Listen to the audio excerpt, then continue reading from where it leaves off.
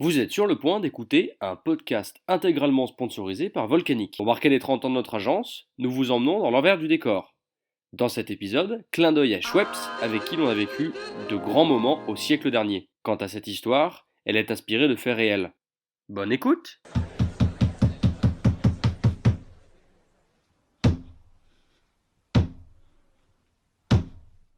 Moi, c'est Jean-Marc, chef de projet. Je suis en permanence sur une corde et je joue l'équilibre entre d'un côté les artistes et autres talents événementiels et les clients qui sont là pour faire passer leur message. En résumé, mon travail, c'est faire le lien entre tous pour une exécution parfaite du scénario. Nous venions de gagner une compétition pour réaliser une convention commerciale pour le compte d'une marque aujourd'hui vantée par Nicole Kidman Et qui, à l'époque, empruntait des airs brésiliens pour vendre des sodas. L'histoire se déroule au sud-ouest de la Tunisie, à Nefta, en bordure du Chott El Djerid.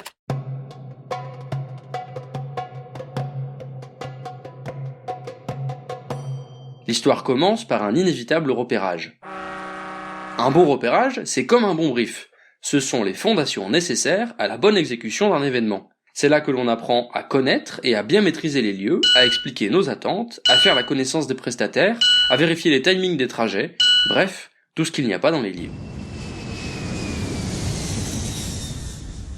Arrivé à Tozeur, après un vol de 2h15 environ, nous avons fait la connaissance de Daoud, notre guide chauffeur qui allait nous piloter pendant 2 jours. Le lieu est exceptionnel. Surplombant la corbeille de Nefta, l'hôtel et son environnement sont tout simplement un paradis pour nous qui débarquions de la grisaille parisienne. Les odeurs d'oranger et de terre brûlante nous rappellent que nous sommes aux portes du désert et de son énigmatique univers.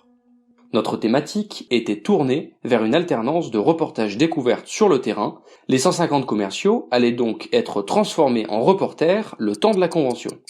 Repérant l'hôtel de fond en comble, visitant et mesurant les espaces de travail, nous traçons notre zoning et complétons les timings du déroulé. Le soir fut court mais délicieux. Le lendemain, nous partons en Land Rover à la découverte du terrain de jeu de nos futurs reporters. C'est ici, dans ces lieux magiques, que nous allons organiser notre grande enquête de l'innovation. Nous allons inventer et proposer aux équipes un voyage mêlant belles histoires, fantastiques paysages et puissantes innovations produits. Répartis dans ce décor géant, la quinzaine d'équipes allait progressivement suivre une scénographie itinérante, inspirée des univers d'Indiana Jones ou d'Underfire. Tente berbère, feu, couscous, histoire, chanson, puis le désert prend le relais en nous imposant un silence réparateur. 2 mois après ce magnifique repérage, nous accueillons les équipes à la nuit tombante au sortir de leur avion affrété. Et oui, on mettait tout le monde dans le même avion, mais ça, c'était avant. Nous n'y étions que 2 pour gérer le tout. Nous faisions tout et tout et tout. C'est normal si je n'ai pas de lit dans ma chambre ? Il y a une chèvre dans ma salle de bain ? Je suis cardiaque et j'ai oublié mes médicaments à Paris. Comment fait-on ? La convention devait durer 4 jours pleins, et vu comme ça commençait, on n'était pas au bout de nos peines. Le lendemain matin, le groupe se répartit par équipe dans une vingtaine de Land Rover et quitte l'hôtel pour la chasse au scoop. Pour s'amuser et renforcer le côté challenge des 15 équipes, on a eu une idée facile à mettre en place et qui n'a pas coûté un franc. Un important bonus de points serait attribué à l'équipe qui rapportera l'objet le plus incroyable trouvé en chemin. Simple et efficace. En fin de journée, les équipes reviennent en sifflet. Elles nous remettent leurs objets insolites et partent se retrouver autour de la piscine. Certains rapportent une paire de babouches, d'autres des tatouages au henné, un tapis, une poterie jaune fluo, jusqu'à l'avant-dernière équipe qui nous rapporte le panneau « Aéroport de Tozeur » avec la motte en béton. Une bonne heure après les premiers, il manque qu'une équipe au rapport. Personne ne sait où elle est. La nuit commence à tomber et ils ne sont toujours pas là. On commence réellement à être inquiet.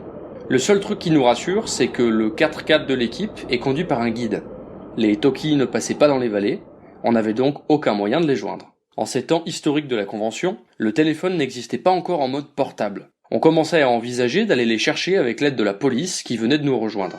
On en était au début des discussions, lorsqu'un groupe de chameaux fait irruption dans le parc de l'hôtel et se dirige K1KA vers la piscine. Sous la direction d'un CVR goguenard, très fiers d'eux, ils m'annoncent avoir échangé leur 4x4 contre des chameaux. Ils revendiquaient donc, à juste titre, l'obtention des points de bonus. Croyant à une blague, je laisse les choses se dérouler sans trop mettre de pression. On fait la remise des prix, on prend un verre bien mérité, et tout le monde va se préparer pour la soirée de gala, qui sera certainement infernale. Une fois la tension apaisée, je discute avec le CVR, et lui explique que maintenant, il est temps qu'ils me disent avec qui ils ont dealé l'échange. Mais il me dit qu'ils ont passé le deal avec plusieurs familles, que c'était un vrai deal et que c'était pas pour jouer. Et pour couronner le tout, il ne sait plus dans quel village.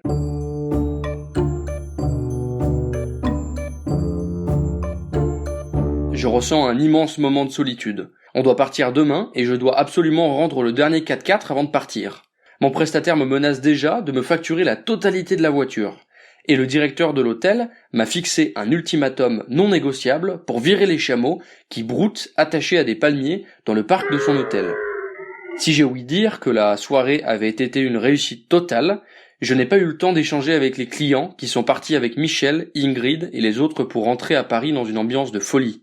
Je suis resté quelques jours de plus à Nefta. Avec mon fidèle Daoud, on a refait la route à l'envers pour récupérer le 4x4. Cela n'a pas été facile d'annuler le deal. J'ai dû bien évidemment rajouter la main au portefeuille pour récupérer mes 4 roues et leur rendre leur camélidé qui commençait à rendre fou le jardinier de l'hôtel. Finalement, 3 jours après tout le monde, je reprends l'avion pour rentrer en France. À mon retour à Paris, j'avais un paquet qui m'attendait à l'agence, un gros chameau en peluche, avec un mot signé par toute l'équipe de notre client, avec un slogan prémonitoire. What did you expect?